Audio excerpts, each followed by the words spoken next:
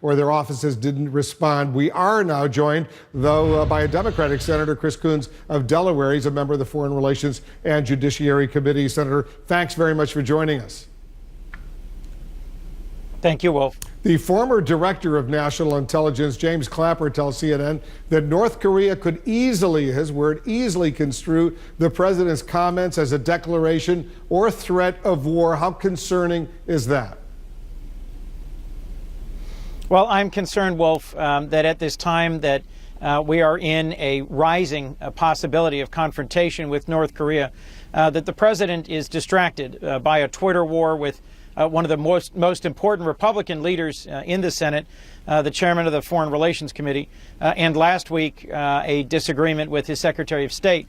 I would like to instead see the president focused on pursuing a diplomatic solution to the conflict with North Korea. And I think this is an important time for the president to show a steady hand rather than to be firing off tweets at all hours of the day. Is it true, as Senator Corker suggested, that President Trump's tweets actually derailed some of these back-channel negotiations with North Korea? Well, I've been concerned about ways in which the president's tweets undermined efforts by Secretary Tillerson. That has to puzzle our allies and embolden our adversaries for them to see that sort of a gap emerging between the president and his top diplomat. I'm also concerned about what signal it sends to those who might partner with us in trying to confront North Korea's reckless nuclear program if the president, in fact, takes further action this week to step back from the JCPOA, from the Iran nuclear agreement negotiated by the previous administration. You serve on the Foreign Relations Committee. The chairman is Corker, as we know. Do you believe, Senator Corker, that Senator Corker has suggested that nearly every one of his Senate Republican colleagues shares his very deep concerns about President Trump? Well, I respect Chairman Corker. We've traveled together. We've legislated together. He is a conservative Republican, but a successful businessman and a clear-eyed former mayor of Chattanooga. I think he's given voice to concerns that are widely shared in his caucus. I don't think it advances our national security interest for this to go on much longer. I do think it's important that the president be mindful of his very narrow margin in the Senate, and if he has any hope of making progress on his legislative agenda, continuing to pick fights with senior Republicans, the chairman of the Armed Services Committee, the chairman of the Foreign Relations Committee, the majority leader, is not going to advance the president's interests this fall. Why are those conversations that Corker is talking about, the deep distrust, the anger by so many Republican senators, he suggests, only happening in private conversations, not public conversations? Well, I was going to say you'd have to ask them, but I know, Wolf, in the run-up to this section, you mentioned that you asked all 52 Republican senators to consider coming on tonight, so they're not here for you to ask them. I do think there's real concern about pushback from President Trump and his supporters among my Republican friends. I think their own base is deeply divided between those who strongly supported President Trump in the campaign and those more establishment or traditional Republicans who are gravely concerned about some aspects of his presidency, of his unpredictability.